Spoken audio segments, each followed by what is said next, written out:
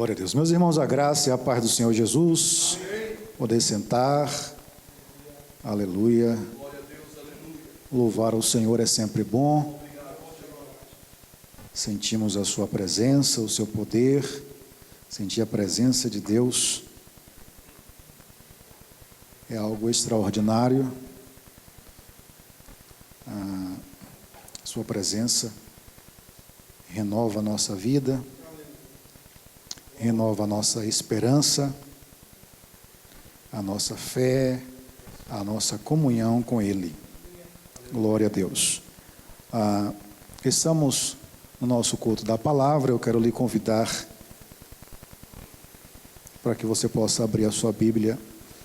O texto que vai estar, eu acho que no slide, está em Marcos 8, 27 a 29, mas não é esse. Eu quero ler um texto mais completo, que está em Mateus 16,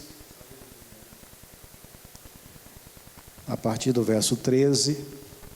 Se trata do mesmo texto, porém, Mateus, ele dá uma citação mais completa da resposta ou da confissão de Pedro perante os seus amigos, companheiros de ministério, os discípulos e diante de Jesus. Mateus capítulo 16, versículo de número 13, que diz assim: Chegando Jesus às partes de Cesareia de Filipe, interrogou os seus discípulos, dizendo: Quem dizeis os homens ser o Filho do Homem?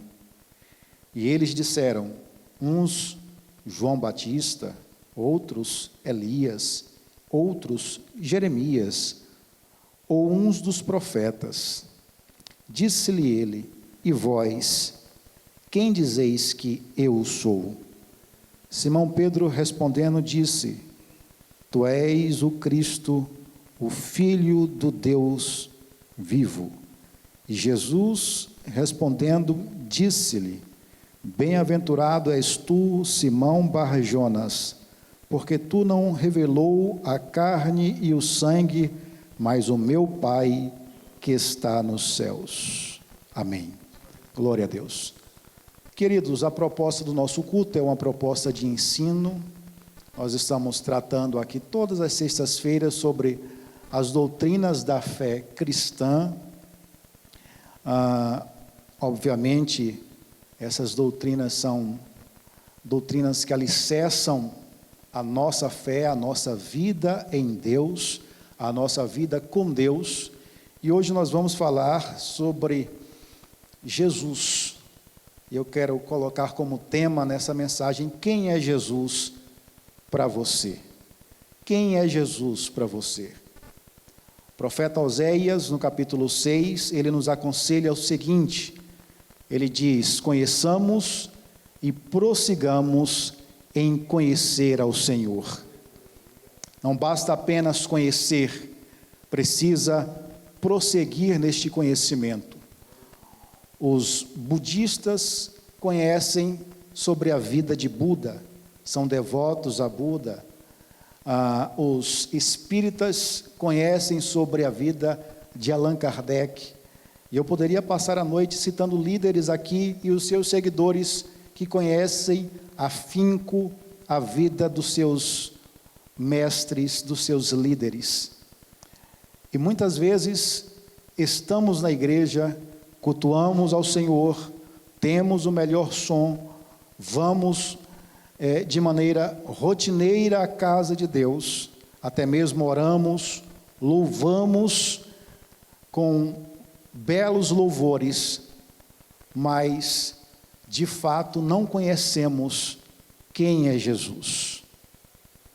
Alguns acreditam que Jesus foi um revolucionário, outros acreditam que Jesus foi um grande líder, outros acreditam que Jesus, ele foi alguém que revolucionou a política, a história mudou depois de Jesus, antes de Cristo e depois de Cristo. Mas para nós, quem é Jesus para você? Não podemos ficar apenas na nossa retórica, nos nossos jargões cotidianos, precisamos de fato ter intimidade com Jesus. Jesus, ele influencia na sua vida, Jesus, ele influencia nas suas decisões, Jesus, ele influencia você. Note que o texto sagrado mostra que Jesus, ele foi para Cesareia de Filipe. Não foi por acaso, foi de maneira estratégica para essa região, para essa cidade. Mas eu quero começar mostrando que Jesus, ele vem de uma rotina muito intensa. Jesus, ele tinha um objetivo, que era trazer o reino de Deus, era manifestar o reino de Deus, a proposta do reino de Deus. Então ele estava, quando completou seus 30 anos, ele inicia o seu ministério, que todos aqui sabem que levou 3 anos. Foram 3 anos intensos, foram 3 anos de ensino, foram 3 anos de pregação, de curas, de grandes milagres. Foram 3 anos exaustivos, foram 3 anos cansativos. Se você ler os capítulos anteriores, você vai perceber que Jesus, ele chega em Genezaré, e ali, quando reconheceram Jesus, começaram a trazer enfermos para que Jesus curasse, e a Bíblia diz que trouxeram todos os enfermos daquela região. Quando você lê a Bíblia, você precisa meditar na Bíblia, você precisa viajar na história bíblica, não é apenas ler por ler. Imagina só, um dia inteiro, enfermos chegando de todas as partes da cidade, sendo apresentados a Jesus. Imagina só a quantidade e a variedade de enfermos que estavam sendo levados a Jesus. Pense comigo agora, viaje comigo nessa história, Jesus curando e eles trazendo enfermos, e aquilo cansa, foi cansativo, porque foi o dia inteiro e todos foram curados. O texto sagrado diz que todos foram curados. Jesus sai de Genezaré e vai para Tiro e Sidom. E quando chega em Tiro e Sidom, se apresenta a ele uma mulher cirofenícia e começa a clamar, vem gritando. A multidão em todo o tempo está apertando o mestre. Jesus em todo o tempo é assediado, todos querem estar perto, todos querem ouvir a sua mensagem, outros querem apenas receber o milagre, outros querem apenas comer, se alimentar, porque sabia que Jesus não despedia a multidão sem antes alimentar. Então tinha uma variedade de pessoas com objetivos diferentes ali cercando o mestre e com interesses diferentes. Então essa mulher precisava de um milagre, Jesus já vem de uma trajetória operando milagres, e essa mulher consegue tocar Jesus com uma palavra. Jesus diz para ela, olha, não é bom tirar o pão dos filhos, e ela disse, quem disse ao Senhor que eu quero o pão, eu quero as migalhas? E ela toca em Jesus com a sua palavra, e Jesus diz, por causa das tuas palavras, a tua filha foi liberta. E quando ela chega em casa, a filha estava liberta da opressão, da possessão demoníaca, dos espíritos que atormentavam aquela jovem. E Jesus sai de Tiro e Sidom e vai para a região de Magdar. E ali ele começa a ter um embate, com os fariseus. E diga-se de passagem que os fariseus, o farisaísmo, era a religião da época. Então os fariseus pedem um sinal a Jesus. Olha, nos dá um sinal, mostra que tu és o Filho de Deus, mostra que tu és o Messias. E Jesus diz para os fariseus, sinal nenhum te darei. Por quê? Porque Jesus já estava manifestando milagres e sinais em todo o tempo, em todo o período. Porém, a ideia religiosa dos fariseus não coadunava com a de Jesus.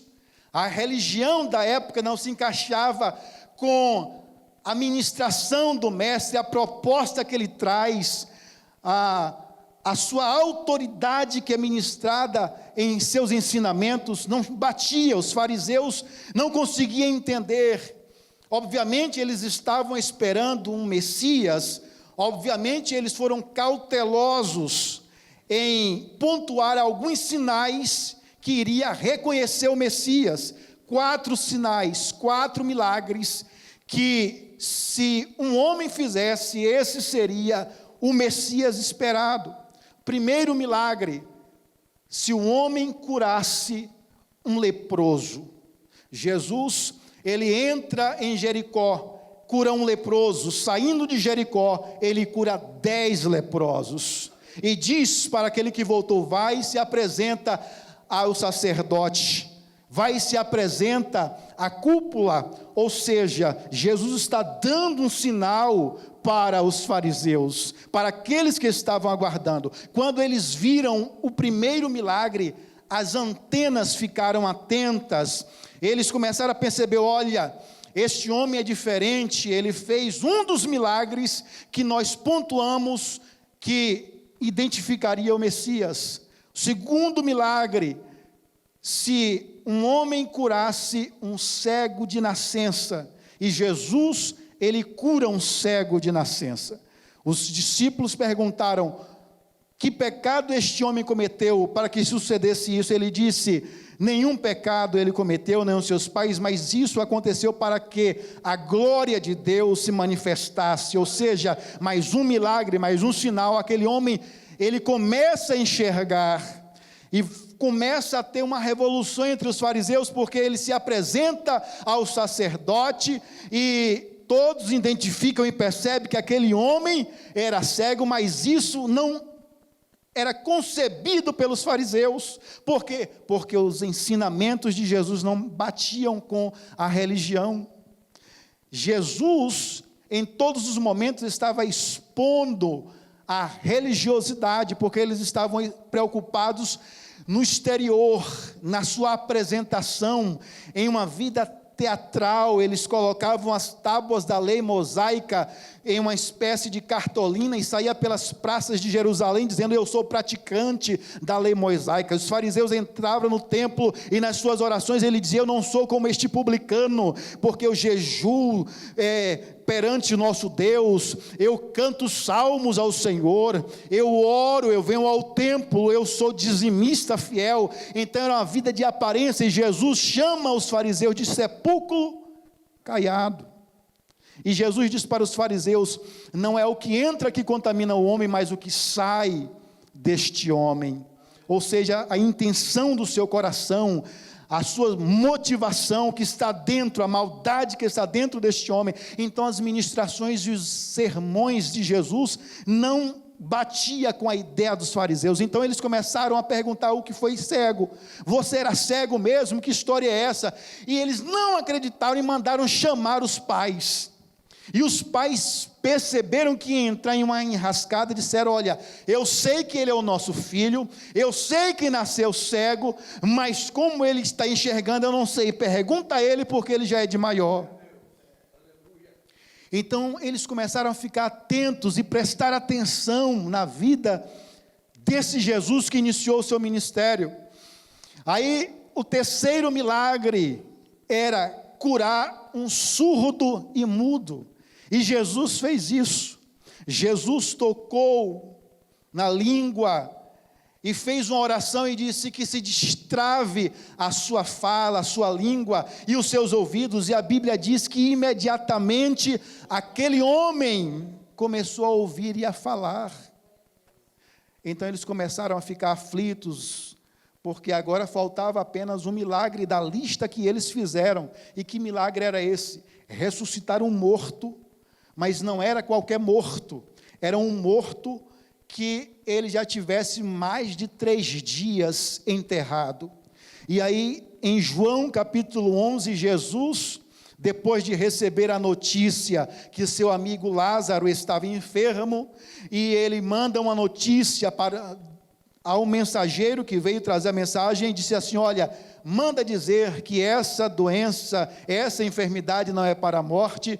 Ele volta, mas quando ele chega lá, Lázaro já havia falecido, e está ali agora dentro da casa de Marta e Maria, onde Jesus tinha livre acesso em todos os momentos, né? Estava ali a tristeza, a dor da perda, o luto estava na alma daquelas mulheres que agora havia perdido o seu irmão.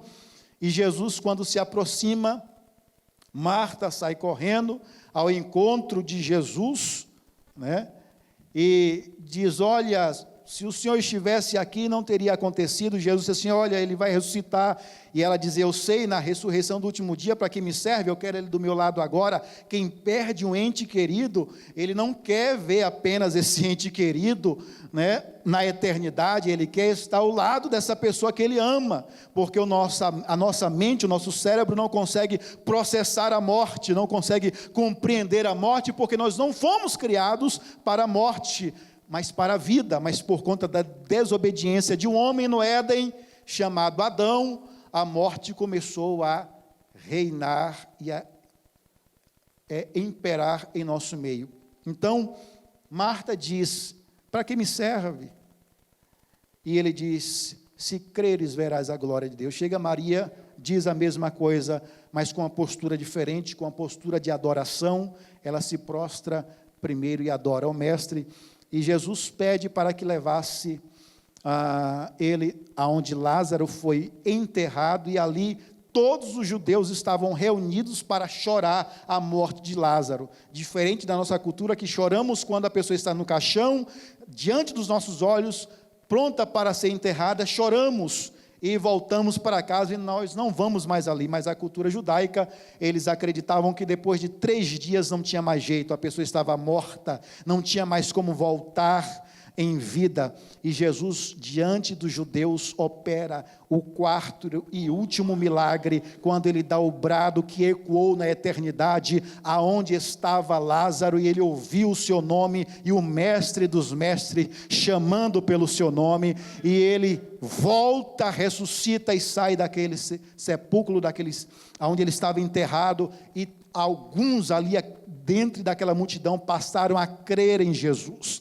A vida de Jesus impactou alguns líderes, a vida de Jesus impactou alguns religiosos, né? Tanto é que Nicodemos foi ter com Jesus à noite, para que ninguém o observasse, ouvisse ele conversando com Jesus, porque os milagres, a vida do mestre impactou a vida deste homem. Depois Jesus ressuscita a filha de Jairo, que também era um dos principais da sinagoga. Jesus, ele não impactou apenas aqueles que estavam distante, à margem da sociedade, da sinagoga, aqueles que não tinham crédito, valor. Jesus não alcançou aqueles que estavam excluídos pela religião apenas, mas Jesus alcançou aqueles que também abriram o seu coração e a sua vida, mesmo vivendo uma religião. Então Jesus vem nesse embate. Os fariseus pedem mais milagre a Jesus. Jesus não diz que não vai dar mais milagres, e Jesus sai de Magdá, e agora ele vai para a região de Cesareia de Filipe. Nessa trajetória, da onde ele estava, lá de Genezaré até Cesareia de Filipe, são 26 quilômetros. Essa trajetória foi feita a pé. Imagine comigo agora o mestre saindo de cidade em cidade, ministrando, ensinando, curando, nessa trajetória, caminhando, fazendo o seu ministério, trazendo o reino de Deus, a proposta desse reino para as pessoas, impactando vidas. Jesus estava cansado, sim ou não? Jesus estava exausto, e Jesus percebe que ele agora precisava de um tempo a sós com os seus discípulos. E aqui eu quero abrir um parênteses para a gente refletir um pouco, né? Nós que lideramos pessoas, nós que estamos à frente, né, de departamentos, precisamos ter esse tempo a sós, porque Jesus, ele não apenas precisava impactar a multidão, mas Jesus precisava impactar os seus discípulos, aqueles que iriam ser o seu sucessor, aqueles que iriam levar a proposta adiante.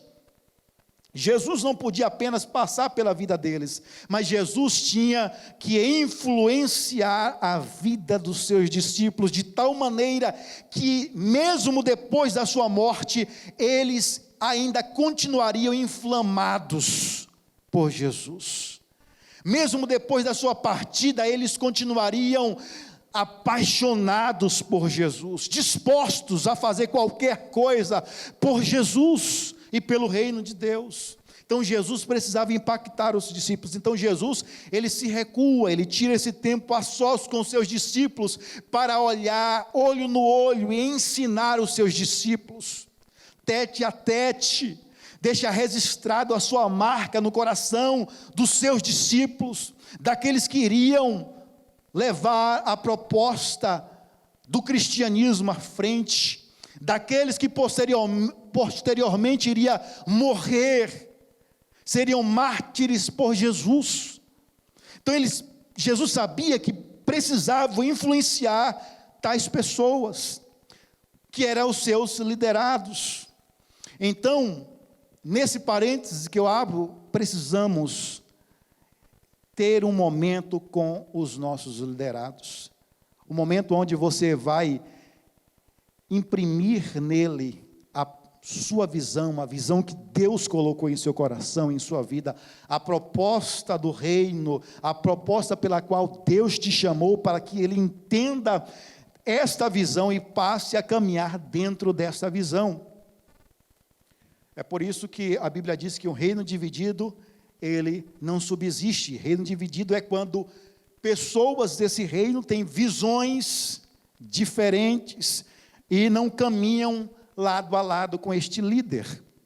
Então Jesus precisava ter esse tempo a sós com os seus discípulos. E Jesus faz uma pergunta, e Jesus nunca faz uma pergunta por acaso. Jesus nunca faz uma pergunta só por fazer uma pergunta. Jesus faz uma pergunta emendada de outra pergunta. Jesus pergunta para ele: quem diz a multidão que eu sou? Por que Jesus faz essa pergunta aos discípulos? Porque os discípulos estavam perto da multidão, perto das pessoas. Jesus estava vendo isso. Jesus conhecia a vida dos discípulos. Jesus estava em todo o tempo perto deles. Então Jesus pergunta: quem a multidão diz que eu sou? Olha, eles estavam prontos na resposta. Eles estavam afiados com a multidão. Eles disseram: uns dizem que o Senhor é João Batista, outros dizem que o Senhor é Elias, outros dizem que é Jeremias, ou até mesmo um dos profetas. Eles estavam prontos para responder, estava na ponta da língua. Só que o que surpreende Jesus é que eles não tiveram reação diante da especulação da multidão. A multidão especulava, não tinha certeza de quem era Jesus, não tinha certeza que Jesus era o Messias, então estava especulando, e os discípulos não rebatiam essas especulações. Jesus disse: alguma coisa errada. Vocês não conseguem dar uma resposta à multidão, vocês não conseguem falar quem eu sou, e para vós, quem eu sou? Olha que interessante, na primeira tempestade que houve, que os discípulos estavam no barco com Jesus e Jesus estava dormindo, de repente acorda o mestre: e vamos morrer, o Senhor não está vendo? Olha a tempestade, o vento pegava aquele barco, jogava de um lado para o outro, a água entrando, aquela confusão, frio, todos tensos, porque já tentaram de tudo, e não conseguiam colocar aquele barco para navegar de maneira tranquila. Vamos acordar Jesus, mestre, o Senhor não vê que vamos perecer, faz alguma coisa. E Jesus diz para aqueles discípulos: homens de pequena fé.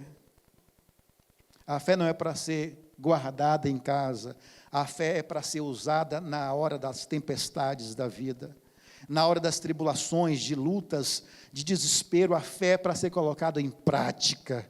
Você precisa entender isso. E Jesus diz para aqueles discípulos, homens de pequena fé. Jesus faz uma oração, o vento para, o mar se acalma, vem bonança, e aqueles discípulos perguntam: quem é este que até o vento e o mar lhe obedece? A pergunta era: quem era Jesus?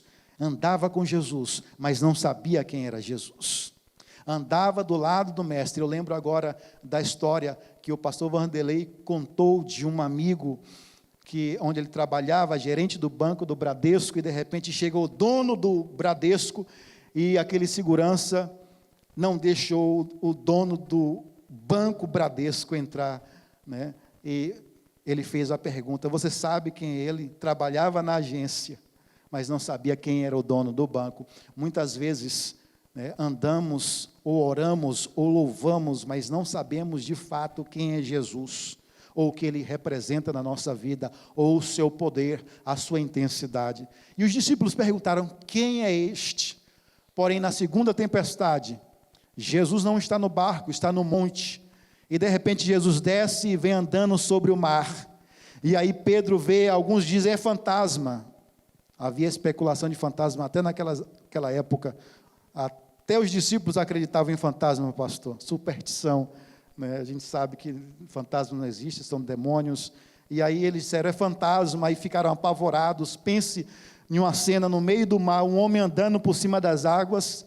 Meu amigo, tinha gente que ia, se fosse eu, pulava dentro da água, ia me esconder em algum lugar, e aí Pedro disse: se és tu, deixa-me ir. E ele foi andando até Jesus. De repente aquela tempestade sopra, todos conhecem a história, Pedro começa a afundar, Jesus segura na mão de Pedro.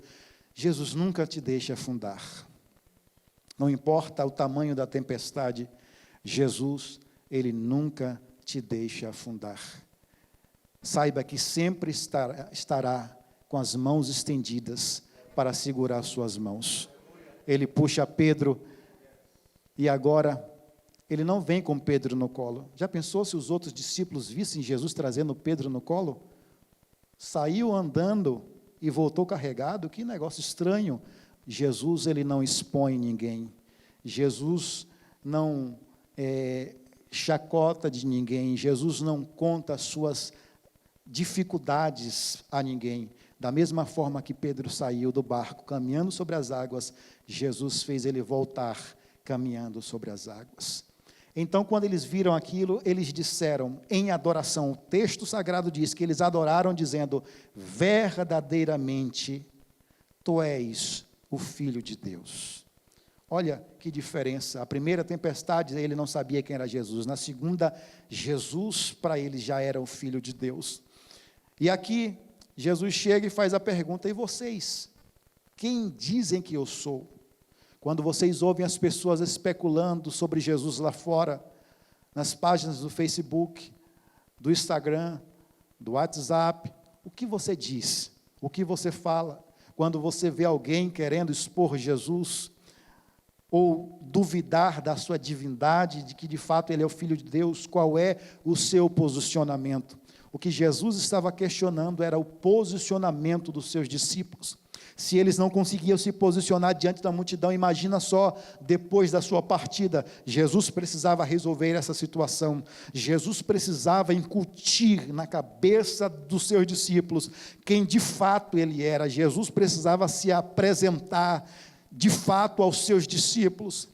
Aí, quando ele faz a pergunta, Pedro tem a revelação. Não é porque Pedro, ele traz a resposta, não é porque Pedro, ele vem falando, né, daquilo que ele acreditava. Não, o texto sagrado é claro, ele diz que Jesus diz a Pedro: quem te revelou não foi a carne e o sangue, não veio de você mesmo. É interessante isso, porque logo no início da mensagem eu disse que Jesus não levou os discípulos por acaso em Cesareia de Filipe.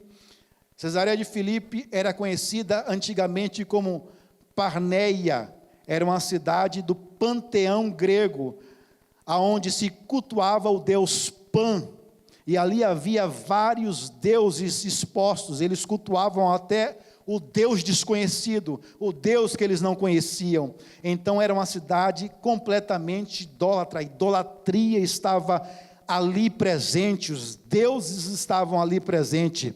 Jesus leva os discípulos para lá, e faz essa pergunta diante de todos os deuses: quem vocês dizem que eu sou? E aí os discípulos, sem saber responder a pergunta do mestre, o Pai responde por intermédio de Pedro. diante de todos os supostos deuses esculpidos naquela cidade, o Pai traz a revelação para solidificar o ministério de Jesus e diz: tu és o Cristo. Artigo definido, não é mais um Cristo, é o Cristo. Não existe outro além de ti, não existe outro Deus além de ti. Tu és o verdadeiro, tu és o único, tu és o poderoso, tu és o Deus dos deuses, tu estás acima de tudo e de todos. Tu és o Cristo, o Filho do Deus vivo.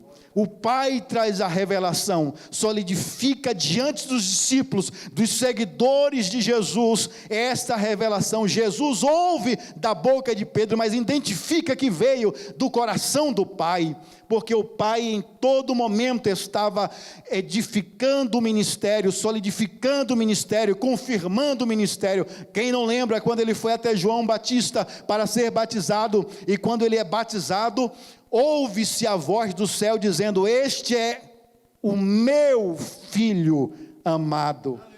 Depois dali, o Espírito Santo leva Jesus para o deserto, e no deserto, ele é tentado 40 dias e 40 noites sem se alimentar, e ao fim dos 40 dias, o inimigo vem e faz uma pergunta, faz uma indagação, lança uma proposta, e tenta colocar uma dúvida no coração de Jesus: se tu és o Filho de Deus.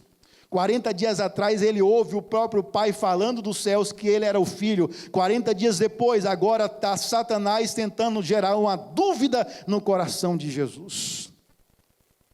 E muitas vezes, pega o gancho agora desta fala, para dizer que muitas vezes ele quer colocar uma dúvida no seu coração, porque a dúvida, quando você dá crédito, ela tem o poder de lhe destruir emocionalmente, ela tem o poder de destruir os seus sonhos. Quando você coloca em xeque a sua chamada, a sua vida, o propósito da sua vida, o porquê você está aqui, a razão pela qual você está vivo, quando você começa a colocar em dúvida as coisas que acontecem na sua vida, e você não consegue perceber o propósito de Deus, o alinhamento de Deus para a sua vida, você começa a ser destruído, desmontado emocionalmente, você vai perdendo a fé em Deus, a fé em você, a fé na sua chamada, a fé no seu propósito, e você fica imune às demandas que temos hoje das doenças psicossomáticas que estão afetando, inclusive, irmãos nossos dentro da igreja, que levam uma vida cristã, uma vida pautada na palavra de Deus, estão sendo afetados porque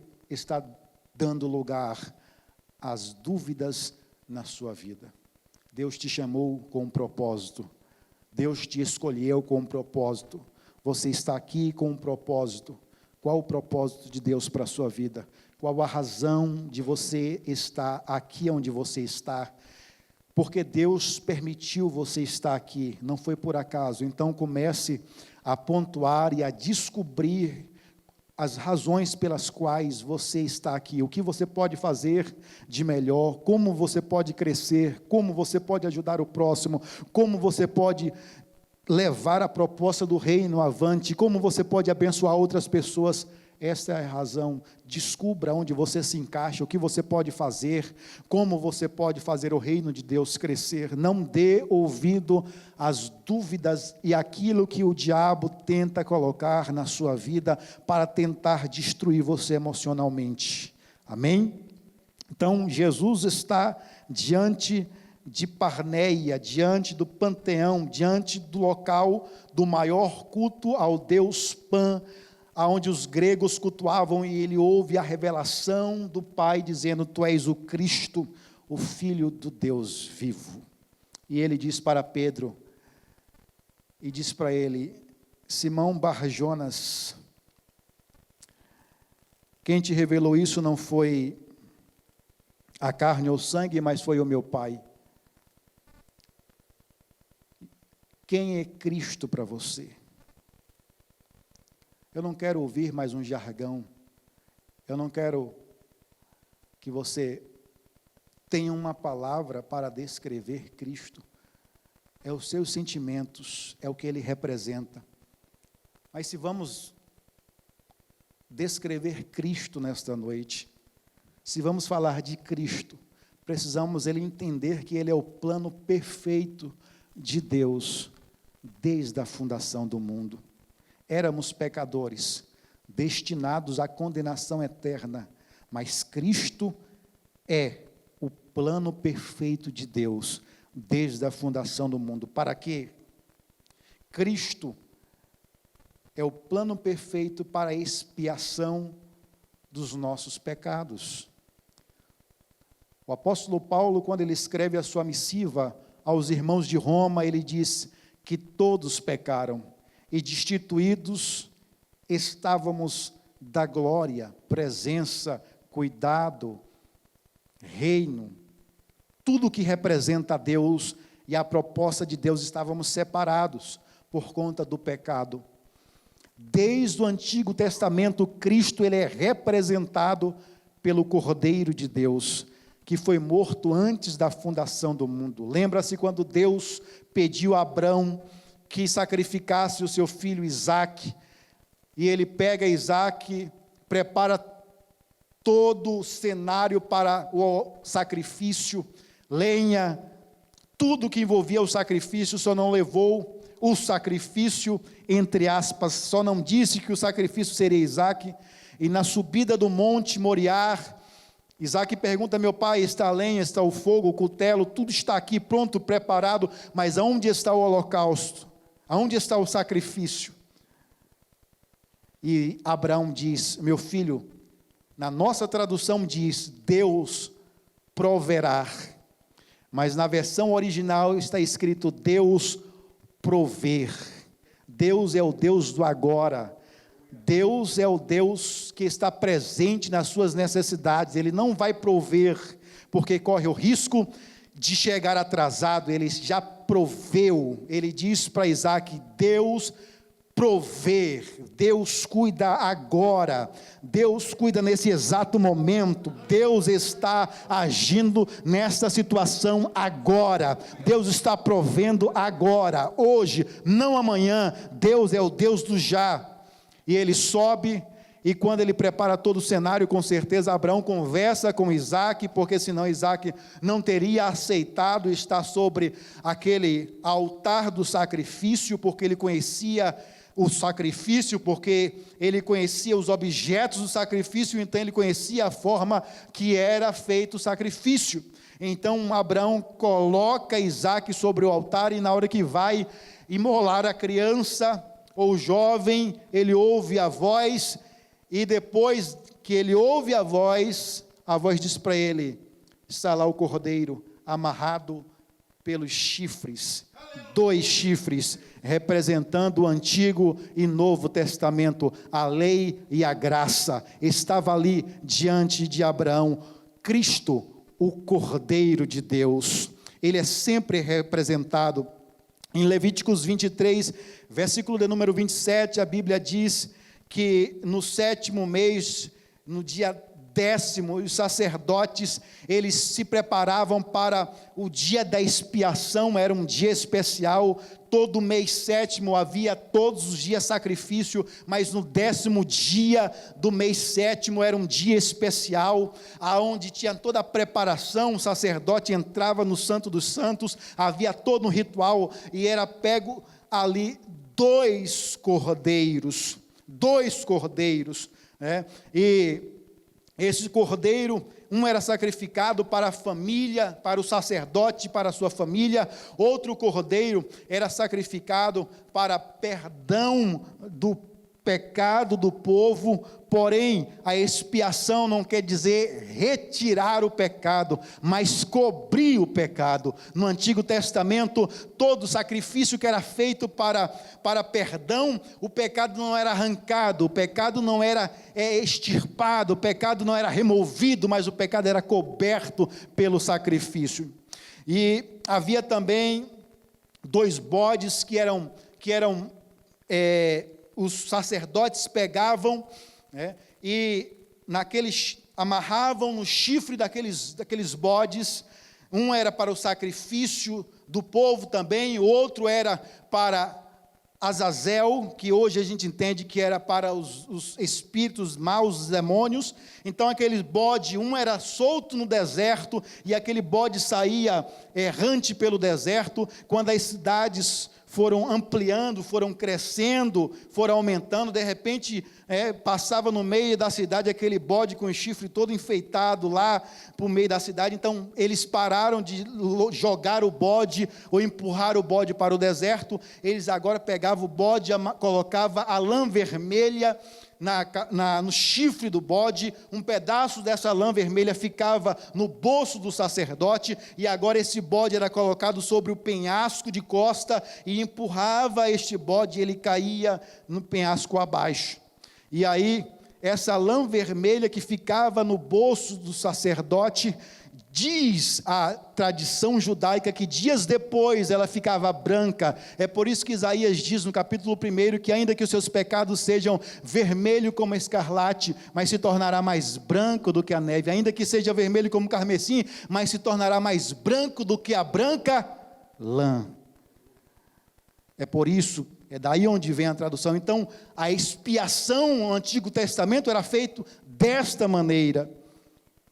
Se cobria o pecado, mas quando Jesus aparece no cenário, como Cordeiro de Deus, representado no Antigo Testamento e também no Novo, porque quando João está pregando no deserto, sem microfone, sem instrumentos, sem cadeiras, sem ar-condicionado, sem templo, era a maior igreja do momento, era a maior igreja da época, João pregando, e a mensagem de João não era uma mensagem confortante, não era uma mensagem que massageava o ego, não era uma mensagem que dizia que você pode, vai conseguir, que você vai ter a chave, que você vai morar na beira da praia, vai conseguir, não, a mensagem de João era: arrependei-vos, raça de víbora, porque é vindouro o reino dos céus. De repente João vê Jesus se aproximando. Diante daquela mensagem, alguém pergunta: quem é João? Ele diz: este é o Cordeiro de Deus que tira o pecado do mundo.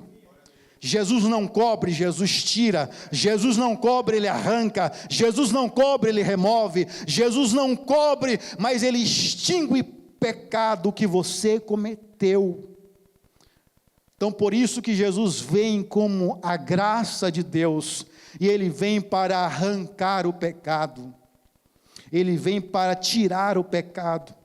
Ele diz que nós somos ministros e reis.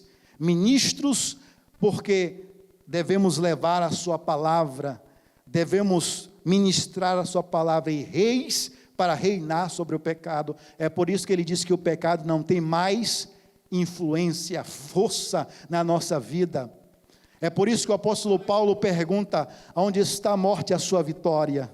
Porque o aguilhão da morte era o pecado, mas Cristo venceu não apenas a morte, mas o pecado. Ele disse: graças a Deus que nos dá vitória em Cristo Jesus, o nosso Senhor. É por isso que o escritor aos Hebreus, a partir do capítulo 4, que ele apresenta Jesus como um sumo sacerdote, o sacerdote que está acima de todos os sacerdotes. Ele diz: nós não temos um sacerdote que não possa se compadecer de nós, porque em tudo foi tentado, mas não pecou.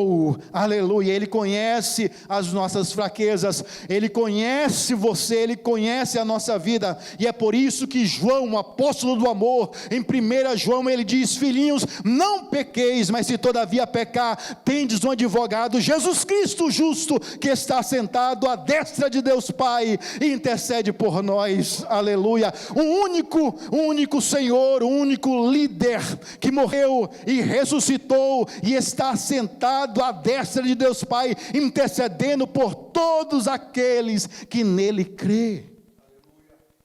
Jesus é o nosso sacerdote, sumo sacerdote.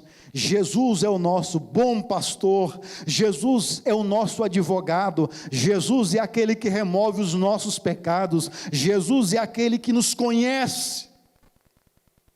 Jesus é aquele que trocou a sua residência nos céus pela residência na terra, por meio da obra e da vinda do Espírito Santo. O Espírito Santo de Deus está na sua vida. Por isso que Jesus disse: eu não vou passar um final de semana com vocês, eu não vou passar um feriado, eu não vou passar apenas um ano, mas eu estarei convosco todos os dias, até a consumação do século. Como? Por meio do Espírito Santo de Deus.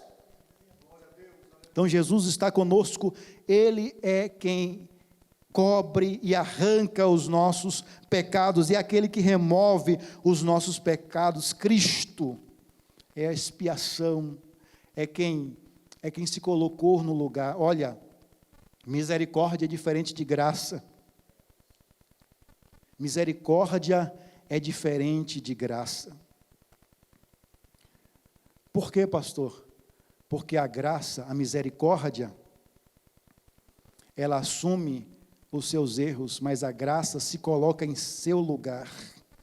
É por isso que a Bíblia diz que Cristo levou sobre si as nossas dores e os nossos pecados lá na cruz. É por isso que o Pai não conseguiu olhar para Jesus, e ele faz aquela oração dizendo: Pai, por que me desamparastes? Porque naquele momento o pecado daqueles que um dia iam crer em Jesus estava sobre o Filho de Deus. Ele não pecou, mas na sua morte em cruz ele carregou os nossos pecados e as nossas transgressões, mas pelas suas pisaduras nós fomos sarados. Glória a Deus. Cristo é aquele que perdoa os seus pecados, Cristo é a expiação, Cristo é aquele que remove. Aleluia. Eu lembro agora da conversão de Martim Lutero, quando ele teve uma visão, o grande precursor, em 1500, quando se deu início à Revolução Protestante, quando começou o protesto, e ele coloca nas 95 igrejas, ou nas igrejas de Wittenberg, na Alemanha, as suas 95 teses acerca da salvação de Deus, da sua fé.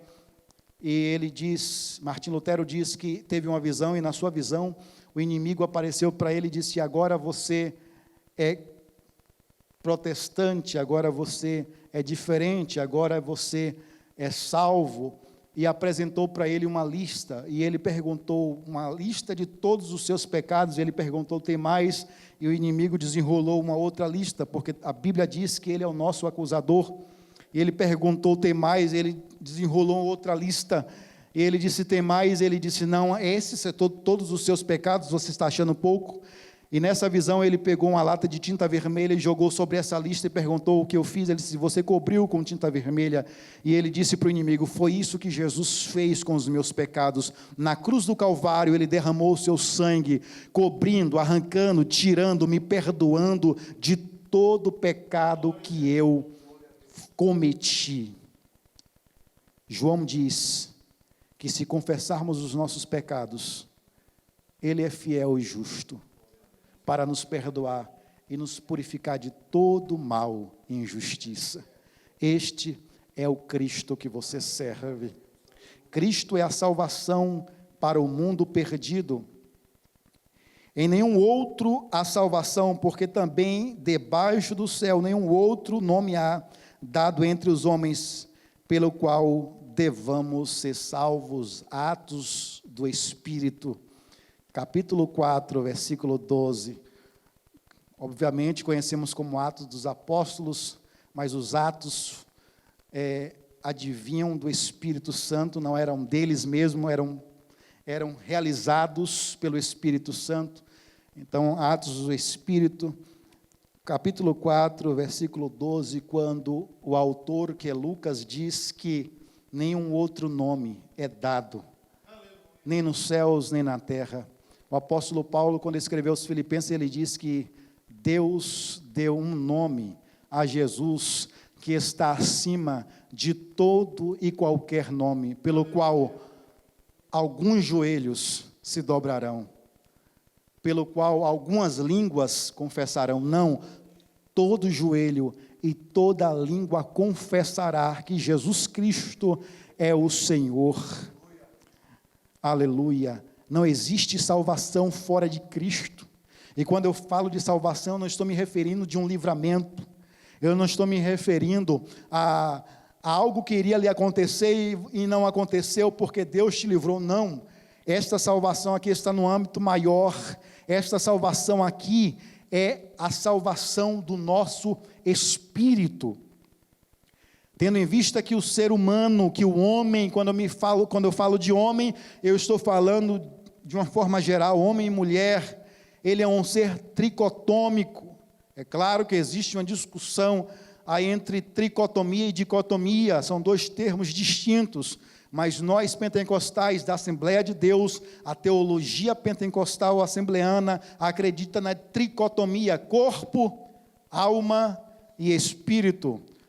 A alma é a sede das suas emoções, dos seus sentimentos, dos seus desejos. O corpo é essa estrutura física que nós temos, que a psicologia chama de para-choque da alma, porque quando o corpo adoece, é porque a sua alma já está enferma há muito tempo. Então é o para-choque da alma. Então, perceba, corpo, a estrutura física, a alma, sede das emoções, dos desejos, dos sentimentos, aonde você sente. Alguns expressam sentimentos falando do coração, né? Quando diz assim, eu estou amando, aí fala que esse amor é de coração, esse sentimento vem do coração. Há muitos anos atrás, achavam que todo o sentimento estava no fígado, né, que era o órgão, que é um dos órgãos também principais do corpo humano. Depois mudou para o coração, mas sabemos que tudo isso são figuras apenas de imagens para ilustrar os sentimentos, de onde vem. O meu sentimento vem do coração, mas na verdade vem da alma, é onde está a sede das nossas emoções. E o Espírito foi o que morreu no Éden. Esse Espírito era abastecido em Deus. Todas as vezes que Deus vinha conversar com o homem, o Espírito era abastecido em Deus e dirigia esta alma.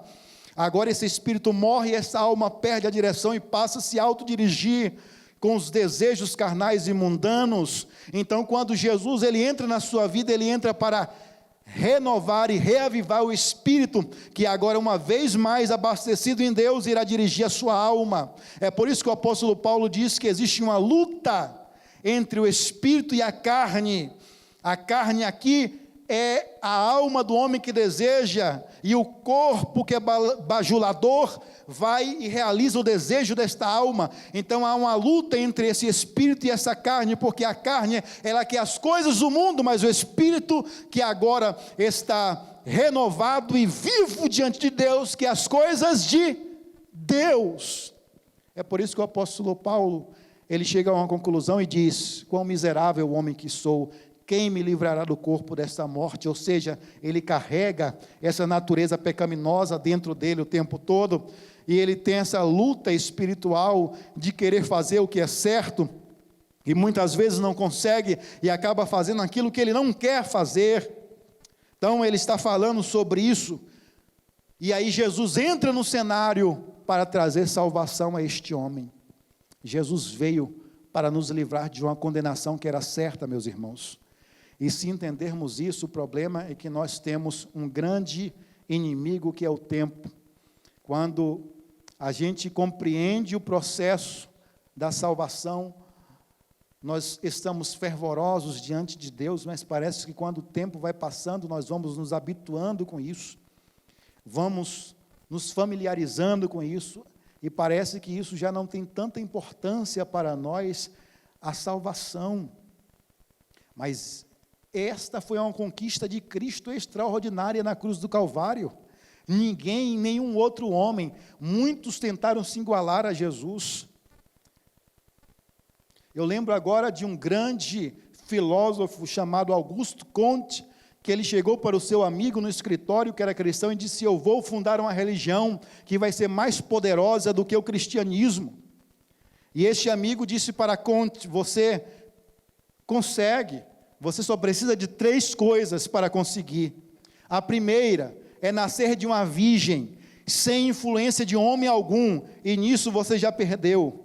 A segunda, você precisa curar enfermos, fazer o cego enxergar, o mudo falar, o surdo ouvir, o morto ressuscitar. Isto você não pode. Terceiro, mais simples do que os outros dois, você precisa morrer por uma causa, ressuscitar com seu próprio poder, sentar à destra de Deus Pai e interceder por aqueles que irão acreditar na sua religião.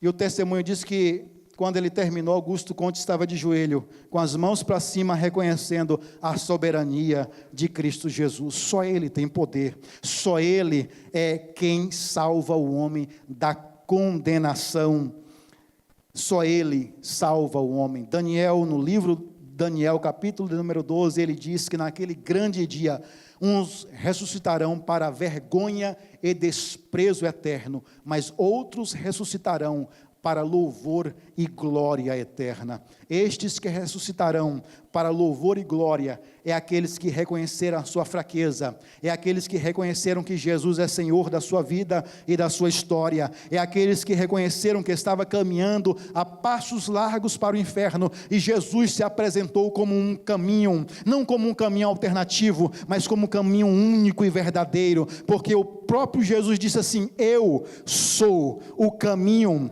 a verdade e a vida, ninguém vai ao Pai a não ser por mim. Não existe outro nome, não existe outro meio de salvação, não existe outra alternativa, não existe outra direção a não ser Jesus. E às vezes eu fico olhando muitas pessoas que se desviam, param de seguir a Jesus e dizem: um dia eu fui crente. Não, você não foi, porque eu duvido alguém que teve um encontro genuíno e verdadeiro com Cristo, alguém que conheceu Jesus verdadeiramente na sua essência, alguém que teve experiência com Ele e se desvia dos caminhos de Deus. É impossível, meu irmão. Todas as pessoas que tiveram um encontro com Jesus tiveram a vida transformada e nunca mais foram a mesma. Então, se você tem uma experiência genuína com Jesus, nada e nem ninguém pode fazer você se desviar dos caminhos de Jesus. Jesus é a salvação para o mundo perdido. Sabemos que o mundo já está em trevas, sabemos que o mundo jaz do maligno, sabemos que o mundo está se orquestrando. E agora, eu falo isso para que nós que estamos aqui, para que a gente venha despertar para o verdadeiro objetivo da igreja na terra: ganhar almas, vidas, investir em missões, fazer o reino de Deus crescer. O mundo já está em trevas, as profecias bíblicas estão se cumprindo. Alguns meses atrás, Putin, o presidente da Rússia, ele estava em uma reunião com o maior líder da nação árabe. Isso prenuncia a guerra de Gog e Magog. Está havendo uma orquestração no mundo. As economias do mundo estão entrando em crise. Países estão entrando em crise. Alguns dias atrás, a rainha da Inglaterra anunciou dizendo que precisamos de um líder mundial. Isso se espalhou nas redes dos maiores noticiários de televisão, de internet, sobre esse pronunciamento. E todos nós que conhecemos a palavra de Deus, sabemos aonde isso quer chegar: na apresentação do anticristo. A Bíblia diz que a única coisa que impede a manifestação do anticristo é a presença da igreja aqui. Mas vai chegar um momento em que essa igreja vai ser arrebatada. Estamos vivendo este momento. Vai ser arrebatada, e ao ser arrebatado o anticristo, ele vai ser apresentado ao mundo como solução para um mundo em crise. A Europa, todos sabem que estão em crise, corrupção em todos os lados, de níveis elevados. Não é só o Brasil, em todos os setores que você possa imaginar, em todos os lugares, até mesmo dentro das igrejas, diga-se de passagem. mas chegará uma hora, porque a Bíblia diz em Apocalipse que a noiva já está preparada. A noiva já está preparada, ou seja, existe uma igreja dentro da igreja, a verdadeira noiva de Cristo, que está ataviada, preparada, que anseia a volta do noivo, que se consagra ao noivo, que pensa no retorno do noivo, que anela pelo retorno do noivo. Sabe, quando você é o noivo, que você está prestes ao casamento, qual é a noiva que não fica ansiosa? Qual é a noiva que não anseia pelo dia do casamento, pelo dia da cerimônia, pelo dia que ela vai colocar aliança no altar e vai fazer o juramento? Assim é a verdadeira noiva de Cristo. Existe uma noiva que jejua, existe uma noiva que ora, existe uma noiva que não está interessada nos bens financeiros, no crescimento financeiro, mas ela está preocupada com as coisas lá de cima, ela está preocupada com o retorno do noivo, ela está preocupada em se consagrar, ela não está preocupada se ela vai ter uma casa, se ela vai ter um carro, se ela vai ter conquistas terrenas, mas a sua preocupação, a sua motivação é: se eu estou ataviada, se eu estou preparada para este encontro, se eu estou pronta para quando ouvir a voz do noivo soar, aleluia, quando eu ouvir o noivo batendo na porta, eu estou pronto, eu estou pronta. Cantares de Salomão é a maior figura deste casamento, quando ele apresenta a Sunamita, a noiva, que representa a igreja, e ele diz: esteja pronta, ó noiva minha, ó pomba minha, compara como uma pomba simples, esteja pronta, porque o inverno já passou. Irmãos, isso está falando que as profecias estão se cumprindo. Esteja atento à igreja do Senhor. Qual é o propósito pelo qual nós somos chamados? Não foi para obtermos, obviamente não é uma analogia contra você ter. O que eu estou falando é que o seu objetivo, que a sua motivação maior, que o seu desejo central não pode ser apenas no ter coisas terrenas. Obviamente eu sei que isso enche os nossos olhos, todos nós queremos desfrutar de uma vida boa, sim ou não queremos? O que eu estou querendo dizer é que isso não pode ser o centro, o alvo da sua vida, porque nós somos como estrangeiros nessa terra. Nós estamos aqui de passagem. Em algum momento da história dessa terra, seremos transformados, teremos o nosso corpo transformado, o Espírito Santo de Deus nos levará ao encontro do noivo, e entraremos para a boda do Cordeiro. Que maravilha será essa festa! Cristo é a solução para o mundo em trevas. Falou-lhes, pois, Jesus outra vez, dizendo: eu sou a luz do mundo, quem me segue não andarás em trevas, mas terá a luz da vida. Quem tem Jesus não tem trevas na sua vida. Quem tem Jesus não tem sombras no seu coração, na sua vida. Quem tem Jesus tem a luz da vida. Quem tem Jesus, de fato na sua vida tem luz. Você já parou, já percebeu como a luz é essencial? Uma das diferenças que eu sinto aqui nos Estados Unidos do Brasil, quando eu estou dirigindo, é que as ruas são muito escuras aqui. A gente sente falta daqueles postes que temos no Brasil, que clareia tudo, a gente vai caminhando e parece que é dia, a gente está vendo tudo claro. Como a luz faz falta. Quantas pessoas sem luz na vida? Quantas pessoas vivendo dias de trevas? Quantas pessoas não conseguem achar uma solução, uma saída, porque não viu Jesus, não tem Jesus?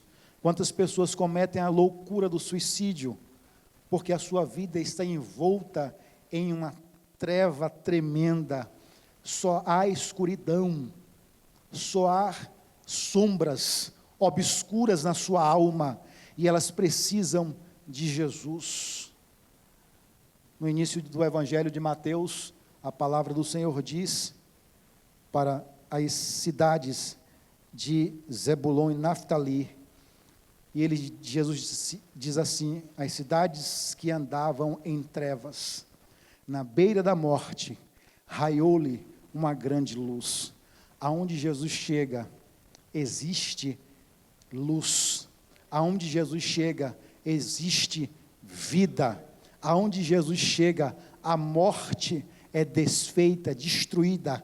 Aonde Jesus chega, o lar que Jesus chega, que está destruído, sem vida, em trevas, há luz e vida, porque Jesus é luz para clarear, para trazer felicidade, para trazer clareza para as coisas. O inimigo só anda em trevas e quer que as pessoas andem em trevas para que não enxerguem a luz da vida e a luz das propostas de Deus. Mas aonde Jesus chega, Ele traz claridade, Ele traz luz. Ele diz: eu sou a luz do mundo, sabe?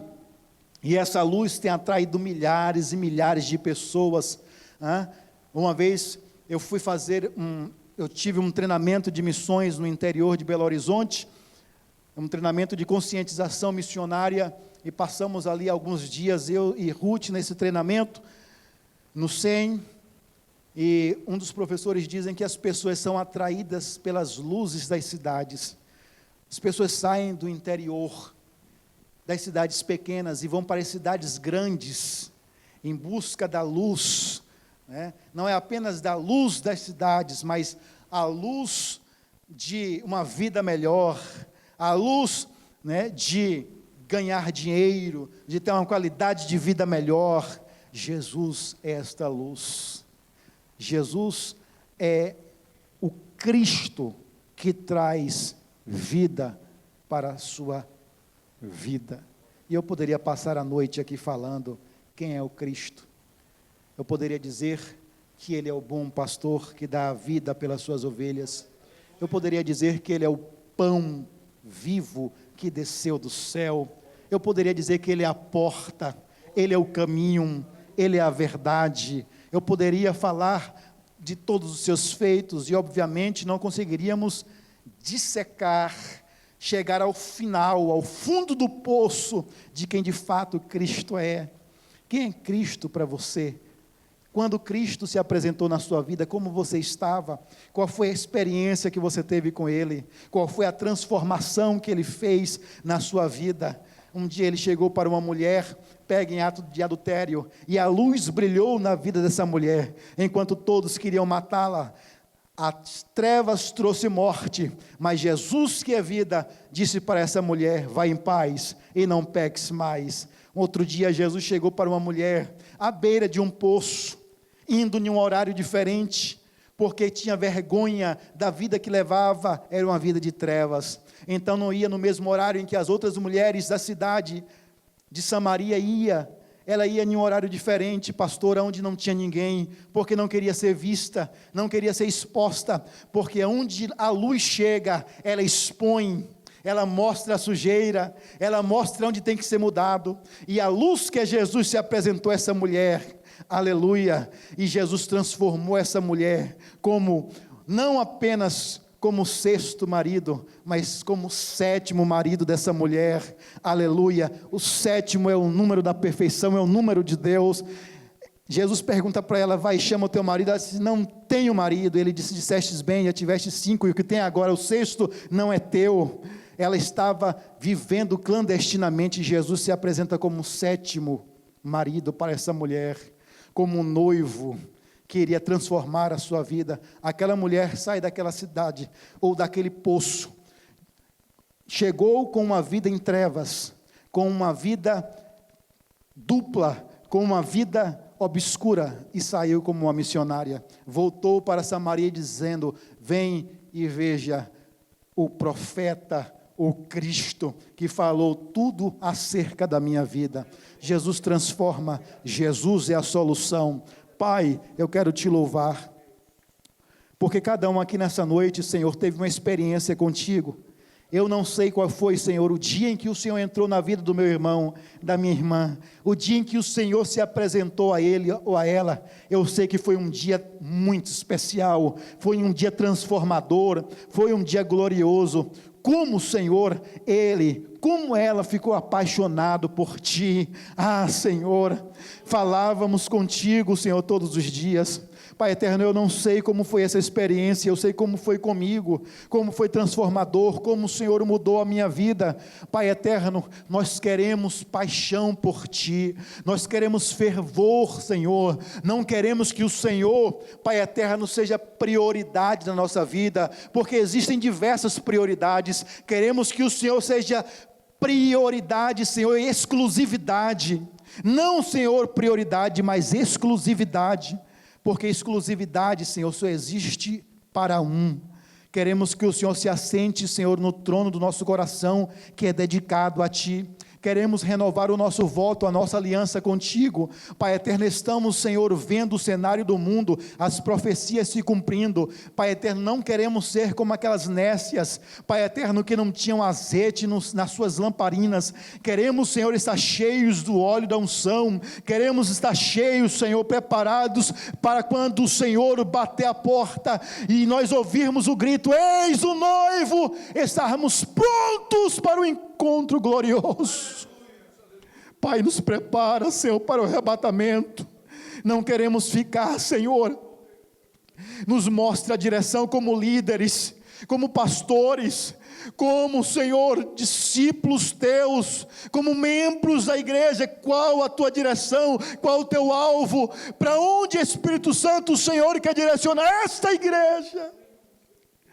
Para onde o Senhor quer nos levar, qual a direção, qual o objetivo missionário, Senhor, qual o propósito de vida, Senhor, para nós. Queremos abraçar essa causa. Pai, se em algum momento o mundo nos abraçou, os prazeres, os deleites do mundo, nos perdoa, Pai. Pai eterno, acende essa chama, Espírito Santo. Pai eterno, eu sei que o nosso alvo não tem que ser aqui, o nosso alvo é os céus. Eu sei, Senhor, que enquanto estivermos trabalhando para Ti, o Senhor irá trabalhar para nós, e não deixará faltar nada, Senhor. O pão não faltará na nossa mesa, Pai eterno, o dinheiro do aluguel não faltará, Senhor, em nosso bolso, Pai eterno, o dinheiro da luz, Senhor, da água, da internet, do telefone, enquanto, Senhor, formos, Senhor, dedicados à Tua obra, o Senhor cuidará de nós, dia após dia. Pai, eu quero orar pela Tua igreja, cuida dela, Jesus. Deus, estamos entrando em um período, Senhor, do inverno, onde todos dizem que os trabalhos caem, Senhor, neste lugar, e em muitos lugares dos Estados Unidos, mas a Tua palavra diz que o Senhor é o dono do ouro e da prata. A Tua palavra diz que o Senhor sabe onde está escondido os tesouros da terra. O Senhor conhece as fontes superiores e inferiores. Por isso eu quero Te pedir uma porta aberta para cada filho Teu, Senhor. Não deixe faltar o sustento, não deixe faltar o alimento, não deixe faltar, Senhor, o dinheiro, Senhor, para pagar os nossos compromissos. Pai, guarda a Tua igreja, mas acima de qualquer pedido nessa noite, nos faz fervorosos por Ti, apaixonados pela Tua obra, Senhor. Pai eterno, e acima de tudo, Senhor, desejando o Teu retorno dia após dia, Pai, em o nome de Jesus. Quantos podem dizer amém? Amém. Que Deus te abençoe, em nome de Jesus.